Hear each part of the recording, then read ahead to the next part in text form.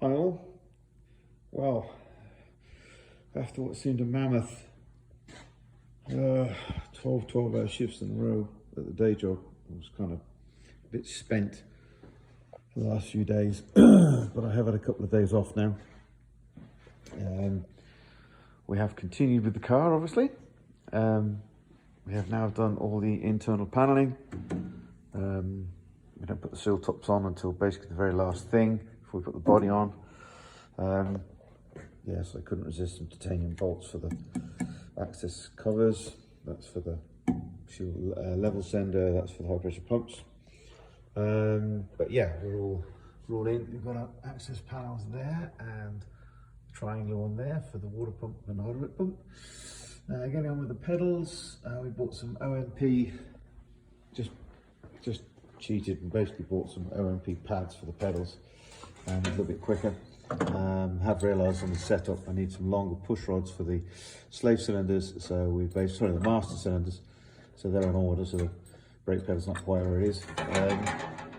Did realise I was putting the car together that I kind of used the same space for the steering as I did for the pull rod for the actual fly-by-wire throttle pedal sensor.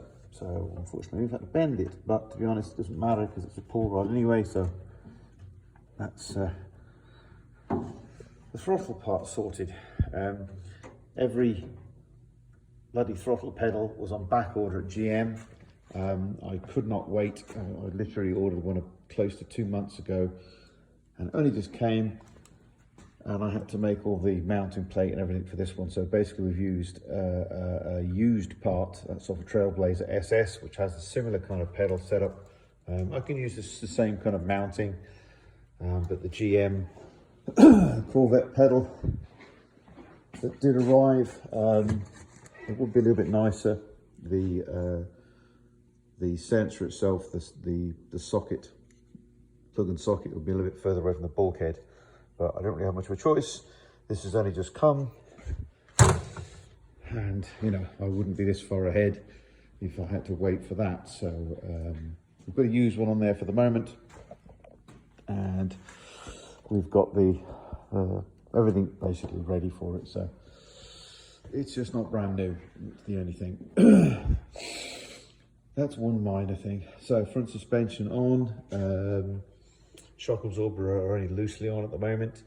Once I put the body on, there'll be a bunch of rivets along the front bulkhead here, which obviously has never been drilled because you drill through from the body, so you're never going to line the holes up. So for the moment, that'll be one of the last things to do at the front before I can properly assemble the two push rods. The push rod front. So these bolts here are temporarily loose until we have the body finally on.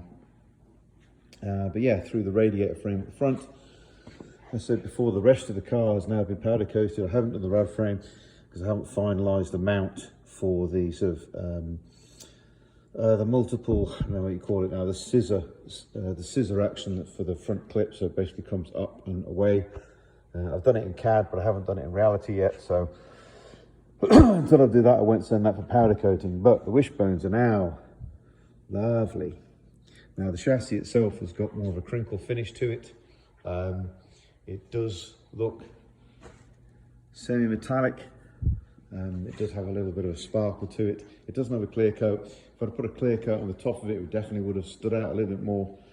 But the more powder coat you put on, the thicker it is, and the more it becomes a bit of an issue as far as thickness. So I decided, you're hardly going to see any of the chassis, so we've left it as is. But that is actually a dark silver paint. Unfortunately, it came out a bit darker than I'd hoped, but hey ho.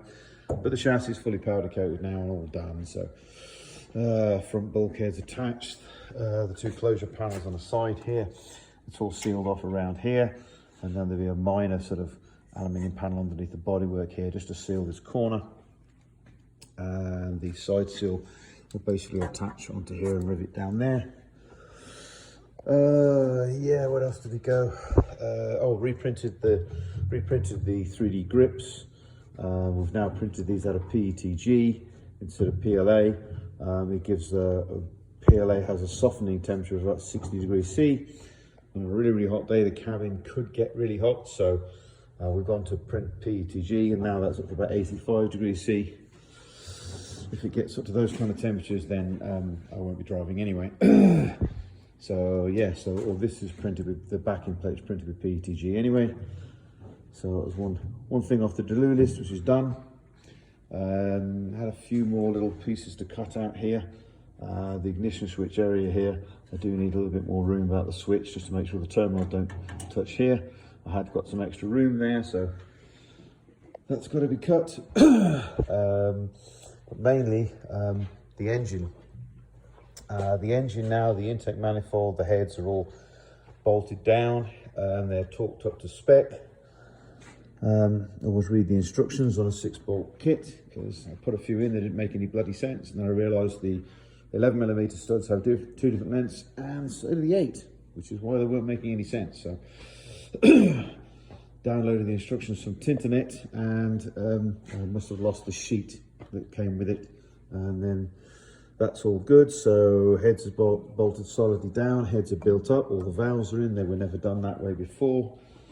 We checked the valve springs, I think I mentioned that last time. The valve springs were okay in condition. Minor problem was when we put the valve seals on, the top of the valve seal was too high, and when the valve came down it would have hit it, or the retainer would have hit it.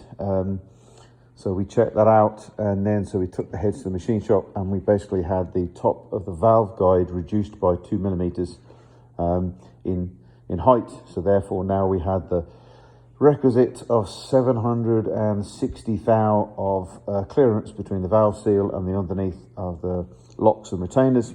We've got 703 thou lift, so we're good to go on that. Double checked the valve geometry on the head just to make sure it didn't be machined down the rockers anymore, but I've already done a pretty good job of that before, so just double check that was okay.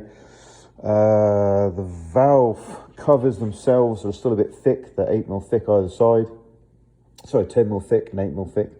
I'm waiting for a tool for the milling machine to come down so I can machine pockets on the inside of here, but leave the base where the seal is okay. Just basically giving more clearance to the rockers. So then that's a later machine thing done. Machining part needs to be done. We did measure with this adjustable push rod to get the exact push rod lengths. Now it's been a bit of a bone of contention. I just measured with the vernier from tip to tip, and apparently there's some weird thing you've got to put a washer on here with a certain diameter hole and then measure the washers, so it's ridiculous. So I might have to buy another bloody tool, because this one is basically pretty dumb. It's a trick flow. So still haven't got the push rods in it, but that's a bit of a pain. Engine's in at the moment, but realistically it's just so I can see what void space I've got to get across the bulkhead. We have a few things to get across there that aren't there at the moment. We have this is the supply to the swirl pot, or the surge tank, the surge pot that's inside the tank. So we need to get from the LP pump on the other side over to here. This one obviously is pretty short route, it'll come up from there and see into here, and then this is supply back into the tank that drops into the surge pot. So we need one -10 line that comes from that side over to here. Or is it -8? No, the -8. We need one -8 line to come across here. We also need the 1-inch pipe for the water for the intercoolers to come across here. So I'm just mapping out where everything goes. Probably going to end up putting the fuel filter unit here. The microdynamics fuel filter unit is going to go there. I have just noticed the fact that I don't have room to put a 90-degree fitting, which is really annoying. So it looks like I'm going to have to go banjo fittings on the end of the fuel rails, because the intercooler's in the way. Somehow I noticed that before. My bad. So I have to go to Radium and get a couple of decent banjo fittings. Yes, but everything's in, all the clearance, all the billet aluminum now is kind of, you get to see it a bit more. Obviously the alternator and AC, all that's in.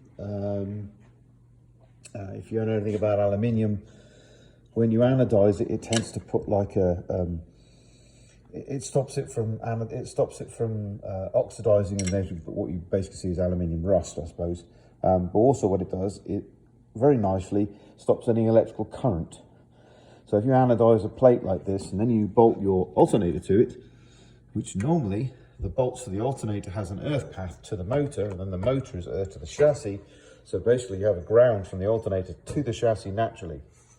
If you bolt that to an anodized plate, you're going to create a bit of a resistance point, and it generally doesn't work. So what we've done, the mounting bolts here, as you can see at the front there's a nice clear pad on the end of that mounting stud here. So this is threaded here, but what we've done, we've just put an extended bolt through here now, and then basically we'll run a earth line to there.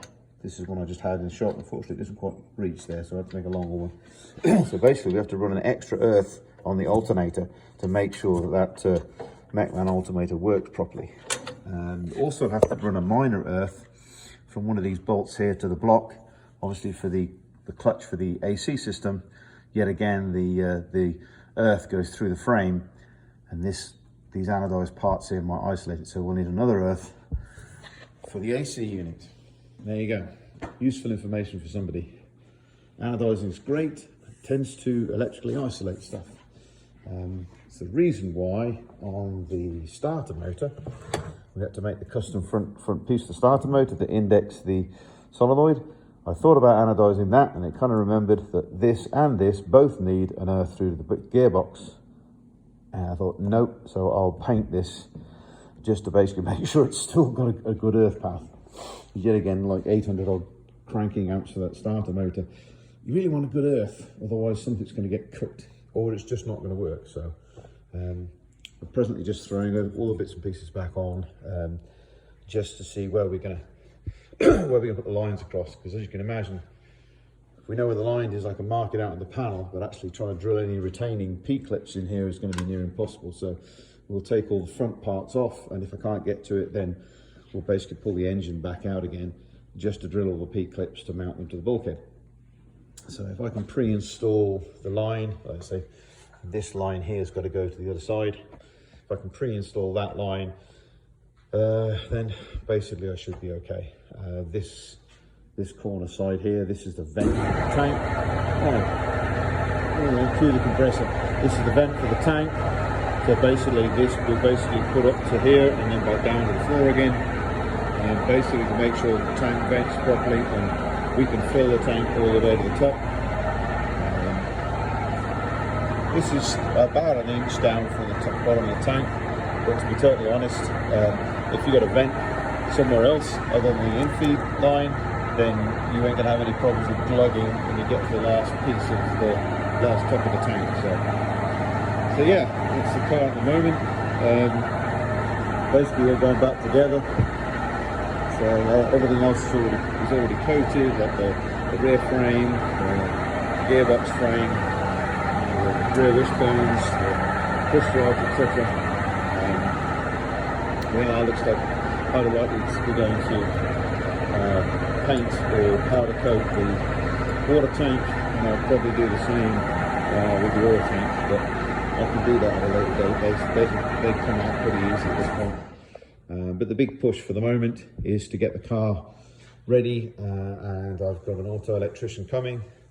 He's a good friend, and I've ordered that rear plate. Does look nice. Excuse the mess over here. We now have about close to $3,000 of cable. Yes, I said that right. $3,000 of cable. So there's actually, I think, close to 46 different colors, all the different colors. So basically we can do a full kind of color spec for the whole car. So you're not chasing down a red wire and then wondering what it is, trying to find a table marker. You can find a mauve wire with a white stripe and refer to the drawing, which will be with the car, and basically you'll know exactly what that wire's for. So yes, that's a lot of cable, but it is kind of a buy once. It will do more than one car, so A lot of the wire will be probably used for a couple of other things, but mainly to get this car going. So yeah, back end not on. Eagle-eyed amongst you would notice this flywheel's still not here. Less said about that the better. 2 months later. Anyway, I have been promised the fact that the materials have arrived and should be finished production tomorrow, and with any luck back in the post, or probably FedEx or UPS Monday of next week. So with any luck, we might see the flywheel and clutch by the end of next week. It's just fingers crossed on that one.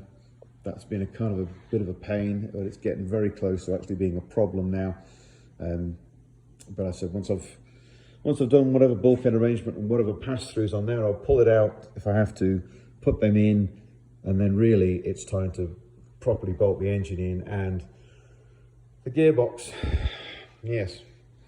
Anyway, so yeah, pretty happy with progress, but like I say, it's never fast enough. But nice to see, you know, all the anodizing, the powder coating coming together, and basically, yeah, we're still on. I'm still on for June, trying to get this thing on a dyno. That's kind of my target. June on a dyno, July maybe some track work, and hopefully August get it road registered.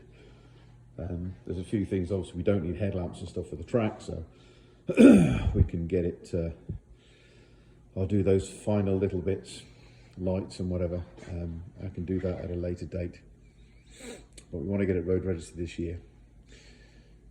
So yeah, stuff moving along. Got a huge tidy up tomorrow. I'm going to spend most of the day just organising stuff, but realistically stuff's going back on the car, so we are pretty close. Before everybody tells you, I don't actually need this wooden piece here. It's just my paranoia. When we actually had the car fully built, I put a jack in the middle here, and it just about balanced. Once we put a battery at the front, and that's with like all the wheels and tyres on the radiator, all the back end of the gearbox, and the balance point was about where this the rear bulkhead is. Now, with a full tank of fuel, obviously that'll move forward. With me in it, because I'm not exactly light, it'll move forward a little bit more. But realistically, even with the engine in and no support under there, where it's sitting on the pivot, I tried to lift the front and it was still quite heavy. So realistically, it's a bit badger bug styly at the moment with the engine sort of hanging out the back, but don't really need that. It's just my paranoia. I just throw a wedge under there temporarily. Exhausts. Really, I'm going to have to drop this exhaust off at Chris's place next week. One minor tweak we need to one of the pipes. That was a bit close, and then I can throw the exhaust pipes on as well. Yes, I think that's about it. Yeah, so April, first week, second week in April, I'll put some videos up of us basically starting the wiring process. The fun will really begin then. See you all soon.